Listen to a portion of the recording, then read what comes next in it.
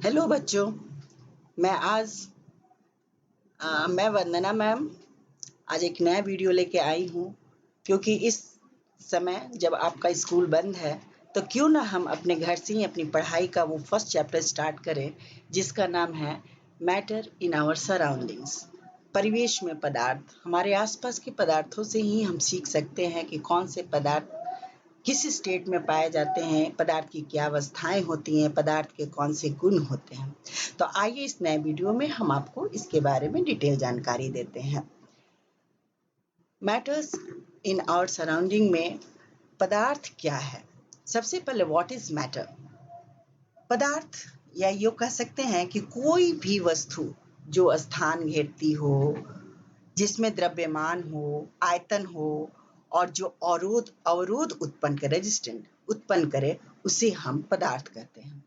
पदार्थ की क्वालिटी ये है कि पदार्थ कणों का बना होता है। पदार्थ के कण अत्यंत सूक्ष्म होते हैं। पदार्थ के कण अनवरत गतिशील होते हैं। पदार्थ के कण एक दूसरे को आकर्षित करते हैं। तो आइए आज हम इसके बारे में पढ़ेंगे कि पदार्थ के विभिन्न रूप क्या हैं, कौन कौन सी स्टेट ऑफ मैटर हैं। तो ये स्टेट ऑफ मैटर हैं ठोस, द्रव और गैस। आप जानते हैं बच्चों, आप फ्रिज से कुछ बर्फ निकालिए, वो ठोस अवस्था में रहती है। थोड़ी देर उसको प्लेट में छोड़ दीजिए या ग्लास में, वो तुरंत ही लिक्विड स्टेट में आ जाती है, जिसको हम जल कहते हैं।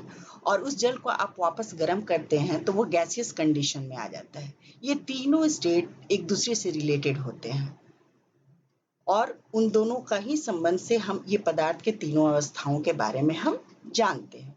इसके अलावा पदार्थ का फोर्थ स्टेट भी होता है बच्चों, जिसे हम प्लाज्मा स्टेट कहते हैं। प्लाज्मा स्टेट क्या है भाई? इन तीनों अवस्थाओं के अलावा जो भी प्लाज्मा स्टेट है वो ये तीनों अवस्थाओं से थोड़ा भिन्न होता है। ये इसके पदार्थ के कण अत्यधिक आयोनाइज गैस के रूप में होते हैं। इसके पदार्थ के कण अत्यंत ऊर्जावान यानी सुपर एनर्जेटिक और सुपर एक्साइटिंग कंडीशंस में होते हैं। इसलिए इनका उपयोग फ्लोरेसेंट ट्यूब के रूप में होता है और नियॉन गैस का निर्माण में किया जाता है। उसके बाद फिफ्थ स्टेट आती है बोस आइंस्टीन कंडेंसेट, BEC। लेकिन ये जो फोर्थ और फिफ्थ स्टेट ऑफ मैटर है, इसके बारे में हम हायर क्लासेस में पढ़ेंगे। अभी हमारे बुक में जो है वो ठोस, द्रव और गैस के बारे में इनका डिटेल हम जानेंगे। तो आइए आप नेक्स्ट टॉपिक पे आते हैं। ठोस क्या है, इसको हम कैसे कहेंगे? ठोस ठोस एक निश्चित शेप एंड साइज होता है। क्यों निश्चित शेप एंड साइज होता है? क्योंकि इनके बीच अंतरा आणविक स्थान, इंट्रामॉलिक्यूलर स्पेसेस बहुत कम होते हैं और इसलिए इनका जो शेप एंड साइज होता है वो फिक्स होता है। लेकिन ये सेम कंडीशन आपको गैसेस में नहीं मिलेंगे। इसमें इंट्रामॉलिक्यूलर स्पेसेस थोड़ा ज्यादा होता है। इसलिए आप देखते हैं बच्चों, जब कभी एक ग्लास ऑफ वाटर लीजिए और उसमें आपको शरबत पीने का मन होता है तो आप उसमें चीनी घोलते हैं। जब चीनी घोलते हैं तो क्या उसका लेवल बाहर चला जाता है, ग्लास से बाहर हो जाती है? नहीं ना। इसका मतलब कि उस लिक्विड के बीच में कुछ गैप होंगे जो इस चीनी को अपने अंदर घुला लेते हैं। इसी को कहते हैं इंट्रामॉलिक्यूलर स्पेसेस।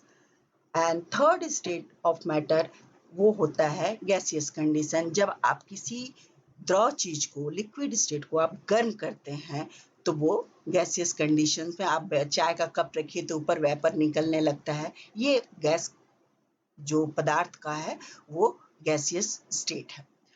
अब आते हैं हम कि ठोस, द्रव और गैस के फिजिकल ये भौतिक गुण कौन कौन से हो सकते हैं। इसमें नंबर 1 आता है शेप एंड वॉल्यूम, यानी कि सब चीज का, ठोस पदार्थ में जितने भी पदार्थ आते हैं उन सबों का आकार और आयतन फिक्स होता है, only due to intramolecular spaces. Second है डेंसिटी। थर्ड आता है मेल्टिंग पॉइंट। अब ये मेल्टिंग पॉइंट क्या है बच्चों?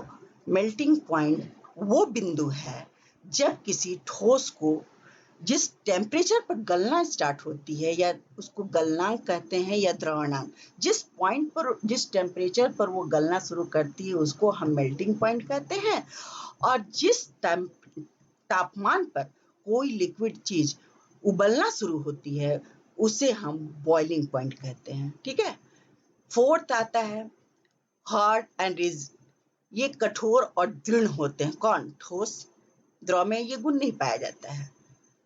फिफ्थ है कंप्रेसिबिलिटी या संपीड़ितता, ये कंप्रेस नहीं कर सकते, हम ठोस को नहीं कंप्रेस करते हैं। लिक्विड थोड़ा बहुत होता है और गैस को हम कंप्रेस, जो आपके घर में एलपीजी गैस हम यूज करते हैं उसको कंप्रेस करके ही ना सिलेंडर में भरते हैं। 6 फ्लो, यानी कि ठोस, द्रव और गैसेस में किस में ज्यादा फ्लो होता है? ऑब्वियसली लिक्विड में ज्यादा होगा और गैसेस में ज्यादा होगा, उससे भी ज्यादा होगा, लेकिन सॉलिड में नहीं होगा। 7 पॉइंट है एक्सपेंशन और कॉन्ट्रैक्शन, विस्तार और संकुचन। जैसा कि इसका है टॉपिक, हम देखते हैं कि ठोस में कम होगा, बिल्कुल नहीं होगा, लिक्विड में थोड़ा होगा और गैसियस में ज्यादा हो सकता है। 8 पॉइंट है सब्लिमेशन। सब्लिमेशन वो प्रोसेस है जिसमें कोई ठोस पदार्थ को जब हम गर्म करते हैं तो बिना वो लिक्विड में चेंज हुए सीधे गैस बन जाता है। उसके कौन से एग्जाम्पल हो सकते हैं बच्चों? घर में आप देखते हैं कपूर, नेफ्थलीन की गोली, ये सब सब्लिमेशन प्रोसेस में आते हैं। जब आप कपड़े में डालते हैं तो बिना लिक्विड में चेंज किए सीधे गैसियस कंडीशन में आ जाते हैं।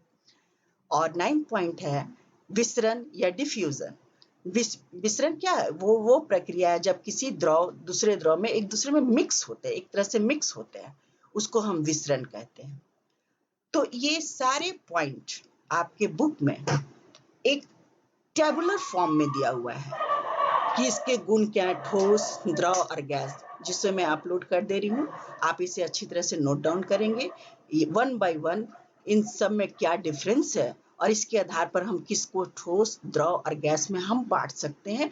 ये जिनके पास बुक अवेलेबल नहीं है भी वो इसको देख के नोट करेंगे और पढ़ेंगे। अब आता है मेरा क्वेश्चन राउंड। क्वेश्चन राउंड में हम क्या कह सकते हैं? अभी हमने सीखा कि ठोस, द्रव और गैस। बच्चों आप अपने शरीर से ही सीखे ना, आपके शरीर में कौन सा पार्ट ठोस है, कौन सा गैस है और कौन सा लिक्विड है, आप क्या बता सकते हैं? चलो मैं ही बता देती हूँ। आपके शरीर में हड्डियां हैं, दांतें हैं, ये सब क्या ठोस के रूप में आ सकते हैं ना? सेकंड लिक्विड, आपके शरीर में जो ब्लड है वो लिक्विड स्टेट में रहता है, पानी है। और थर्ड है गैसियस कंडीशंस, यानी कि जो हम श्वसन क्रिया के द्वारा हम ऑक्सीजन अंदर लेते हैं ये। तो ये सॉलिड, लिक्विड और गैस स्टेट को समझने का एक बहुत ही बेहतरीन एग्जाम्पल है। आप अपने शरीर से भी सीख सकते हैं, लेकिन इसमें क्वेश्चन अब राइज करेंगे। वो क्वेश्चन कौन कौन से होते हैं कि पदार्थ की कौन सी अवस्थाएं हैं। सबसे पहले पदार्थ की कौन कौन सी अवस्थाएं होती हैं, पदार्थ द्वारा अधिकृत स्थान क्या कहलाता है, अंतरा आणविक स्थान से आप क्या समझते हैं, ठोस पदार्थ की आकृति और आयतन क्यों निश्चित है, पदार्थ की चतुर्थ अवस्था क्या है, पदार्थ की पंचम अवस्था क्या है। ये सारे क्वेश्चन के आंसर आप स्लाइड को एक बार फिर से स्टार्ट करके देखेंगे तो आपको मिल जाएंगे। ओके।